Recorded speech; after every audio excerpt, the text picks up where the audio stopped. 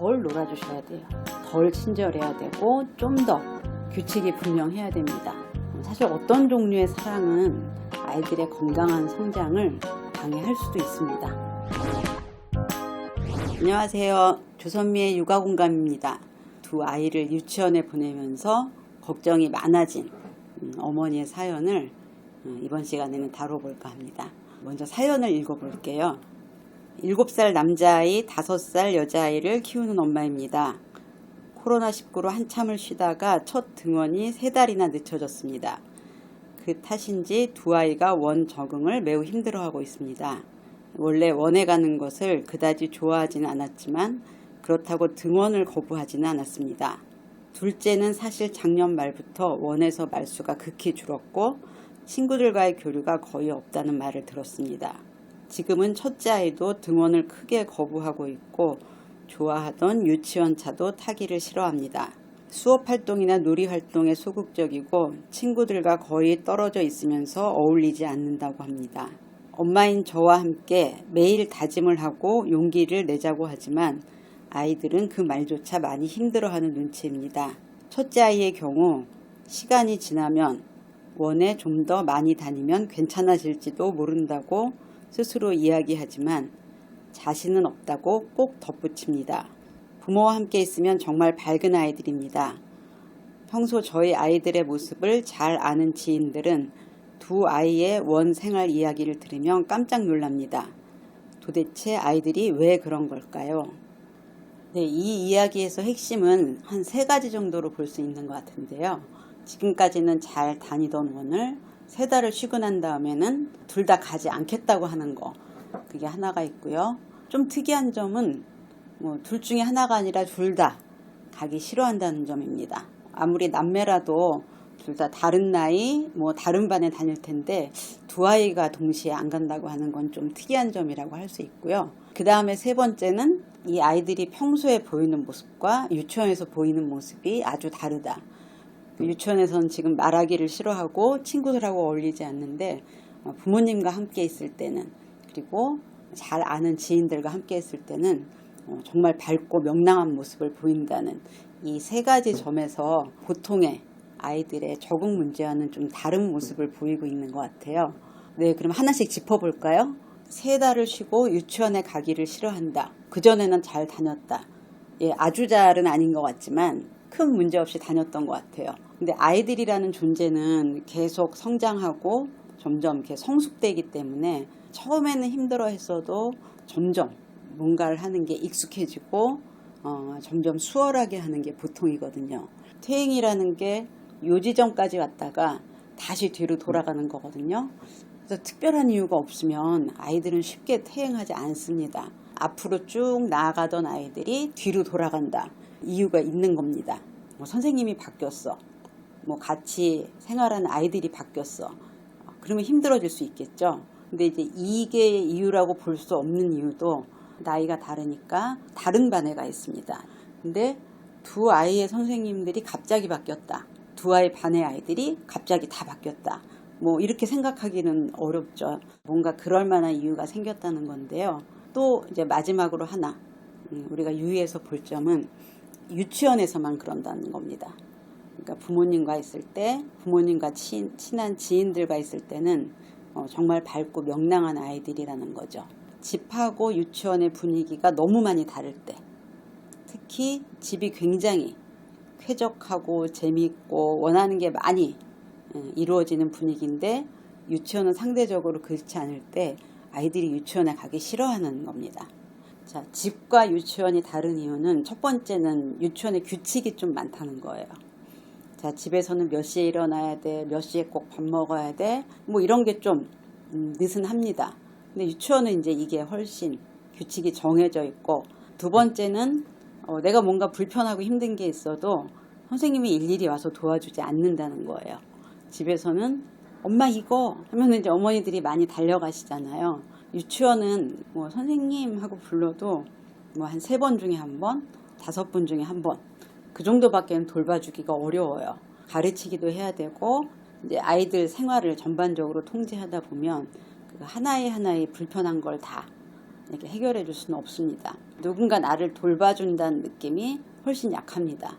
그리고 이제 요즘 아이들이 많이 느끼는 불편함 중에 하나가 또래하고 어울리는 거예요. 물론 이제 어른들 입장에서는 야, 유치원에 가서 친구들이랑 노니까 얼마나 좋아, 이렇게 얘기를 하지만 또래랑 어울린다는 건 어른들로 보면 사회생활을 하는 겁니다. 사회생활이라는 게 어떤 거예요? 내 맘대로 할 수 없죠. 그리고 뭔가 어울리기 위해서는 내가 노력을 해야 됩니다. 엄마 심심해. 그래, 우리 뭐 할까? 자, 이거 해볼래? 아니, 이건 이렇게 해보자 하는 그런 놀이의 도움을 많이 받았던 아이들은 또래하고 놀 때 훨씬 더 이게 어렵게 느낍니다. 다가가서 좀 놀고 싶다는 표시를 하고 대부분 지키는 규칙들을 이제 같이 공유해야 놀 수가 있어요. 여러 가지 면에서 유치원이 좀 더 긴장되고 좀 더 적극적인 노력이 필요한, 적응이 필요한 상황이라고 할 수 있겠죠. 그래서 제가 추측하는 이유는 3달 동안 엄마랑 있으면서 어떤 집단 생활의 긴장감 이런 것들이 굉장히 많이 풀어져서 다시 갔을 때 힘들게 느끼는 게 아닌가 그런 생각이 듭니다. 사실 어머니가 어떤 분인지 여기는 거의 써주지 않으셨어요. 엄마가 그렇게 이제 아이들을 다정다감하게 대하나, 뭐 많이 놀아주나, 뭐 이런 거를 정확하게 알 수는 없습니다. 근데 이제 제가 하나 주목한 점은 이제 보통의 어머니라면 7살이면 내년에 학교 가야 되는데 어떡하지? 이제 이런 마음이 들면서 너 이러다가 내년에 학교도 못 간다. 유치원은 가야 돼. 이제 이럴 것 같은데 이분은 다짐을 한다 그랬어요. 뭐 용기를 내자고 이제 이야기를 한다고 하셨는데, 그러면 이제 제가 상상을 해보면, 자, 내일은 기분 좋게 유치원에 가는 거야. 자, 용기 내는 거야. 아자.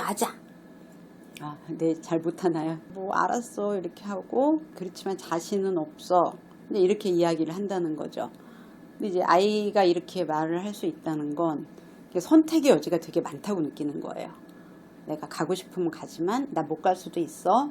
억지로 꼭 가야 된다는 마음이 안 든다는 거죠. 그런 마음이 안 든다는 건 엄마가 그러게끔 말을 하지 않고 계신, 다정하고 부드럽고 아이들에게 강요하는 걸 가급적 하지 않는 분인 것 같아요. 제가 많이 본 임상 경험에 따르면 이런 아이들의 부모님은, 엄마는 특히 굉장히 적극적으로 놀아줍니다. 놀이를 할 때 그 영혼을 다 싣습니다. 그리고 놀아주지 않는 거에 대해서 되게 미안하게 생각합니다. 자, 이제 이렇게 되면 아이들은 고민하지 않고도 뭐 재밌게 하루를 보낼 수 있어요. 근데 이게 문제가 뭐냐면, 놀이라는 건 아이들이 계속 생각하고 만들어가면서 노는 거거든요. 그리고 그 과정에서 창의성도 생기고, 또 다른 아이들하고 의견이 다르면 조율하기 위해 노력을 하면서 일종의 성장을 위한 어떤 적극적인 노력에 해당하는 거죠. 어머니가 여기 아이디어를 많이 주고 주도적인 역할을 하면 아이들은 그냥 별 노력 없이도 놀게 된다는 거죠. 그러니까 이제 놀이에서 수동적이 됩니다. 자기가 주도해서 뭔가 놀이를 제안하고 어떤 역할을 해본 경험이 별로 없지 않나? 그런 생각이 하나 들고요. 이제 하나 더 생각해 볼 거는, 엄마가 좀 많이 허용적이신 것 같아요. 두 아이들 사이에 갈등이 생겼을 때 어떻게 해서든지 두 아이 모두 마음 상하지 않게 중재를 좀 잘 해주신 게 아닌가 싶어요.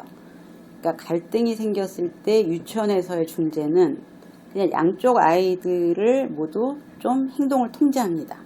뭐 예를 들면 얘가 장난감을 갖고 놀고 싶은데 이 아이도 똑같은 장난감을 갖고 놀고 싶어. 얘가 먼저 가졌으니까 넌 좀 기다렸다 놀아. 너가 갖고 놀고 싶다고 그거를 쭉 갖고 놀진 수는 없고 좀 이따가 얘한테 양보해야 돼. 이런 식으로 두 아이 모두 좀 원하는 걸 충분히 할 수 없다.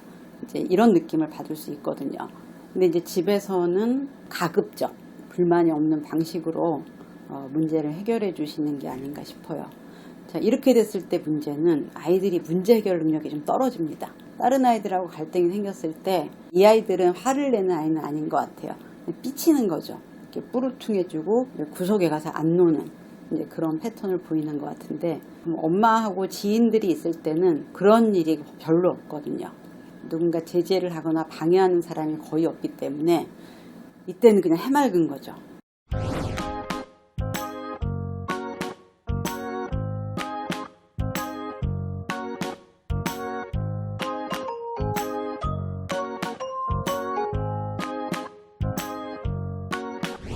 그러면 엄마 입장에서는 어떻게 해야 될까요? 이쪽은 몸에 딱 맞는 그런 목욕물이거든요. 이쪽은 좀 차거나 뜨겁습니다. 그러면 굳이 여기를 나와서 저기를 가려면 큰 자제력을 발휘하거나 아니면 갈 수밖에 없는 상황, 엄마가 강요하는 그런 상황을 만들어야 되는데 그런 것들은 사실 효과가 크지 않고요. 이쪽을 너무 쾌적한 온도를 좀 만들어주지 않는 게 좋습니다. 굳이 유치원보다 더 불편한 상황을 만들 필요는 없지만 그게 썩 좋지 않아야 됩니다. 내가 회사를 다니는데 부모님이 카드를 주면서 너 쓰고 싶은데 써라 하고 그 한도액을 정해주지 않으면 내가 왜 이 고생을 해야 되나 이런 생각이 들거든요. 덜 놀아주셔야 돼요. 덜 친절해야 되고 좀 더 규칙이 분명해야 됩니다. 덜 놀아주라는 그런 조언이 좀 이상하게 들리실 수 있어요. 근데 놀이는 아이들이 주도하고 아이들이 만들어가고 놀이에서 필요한 어떤 규칙을 배운다는 굉장히 큰 어떤 사회적인 기능을 하거든요. 놀이는 하루에 한 2번, 한 15분 이 정도 하시면 됩니다. 그러면 이제 나머지 시간에는 두 아이들이 놀다가 투닥거릴 수도 있고 뭐 그렇죠. 근데 이제 그런 것들이 유치원에서 일어나는 일이기 때문에 이제 그거를 좀 겪어야 된다는 거죠. 그 다음에 이제 놀이에서 엄마가 주도적인 역할을 하시면 안 됩니다. 애가 놀자 그러면 네가 하자는 걸 할게. 블루마블을 하자 그러면 블루마블의 상대가 돼주면 되고 좀 재미없게 무덤덤하게 놀아주면 아이들은 친구들하고 노는 게 훨씬 더 즐겁구나 하는 것들을 점차 알아갈 겁니다. 네, 그리고 유치원에 가지 않아도 유치원에 간 것처럼 계획을 세워서 규칙적으로 사는 게 좋아요. 뭐 아침에 몇 시에는 일어나야 돼, 몇 시에는 밥을 먹어야 돼, 몇 시에는 씻어야 돼. 근데 이렇게 해야 이 유치원에 갔을 때 아이들이 그 규칙을 좀 수월하게 받아들입니다. 혹시 아이들이 많이 이제 힘들어하니까 엄마가 많이 놀러 다니고 뭐 그럴 수 있는데요.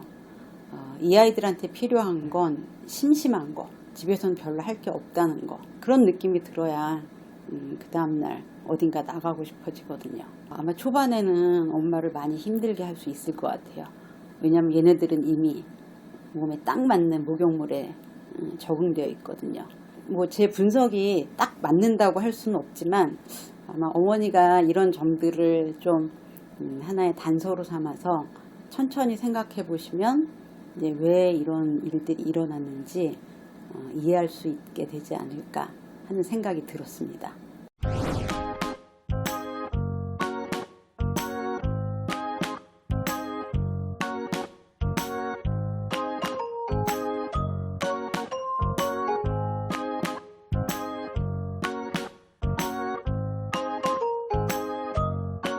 이 사연을 보내주신 어머니는 아이들이 가능한 평안한 마음으로 행복하게 느끼면서 살기를 이제 바라셨을 것 같은데요.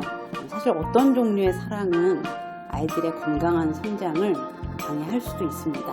그래서 이번 일을 계기 삼아서 좀 더 현명한 엄마의 역할을 이해할 수 있게 되면 아마 전화위복이 되지 않을까 그런 생각이 듭니다. 여러분은 좋은 부모라는 것을 항상 잊지 마세요.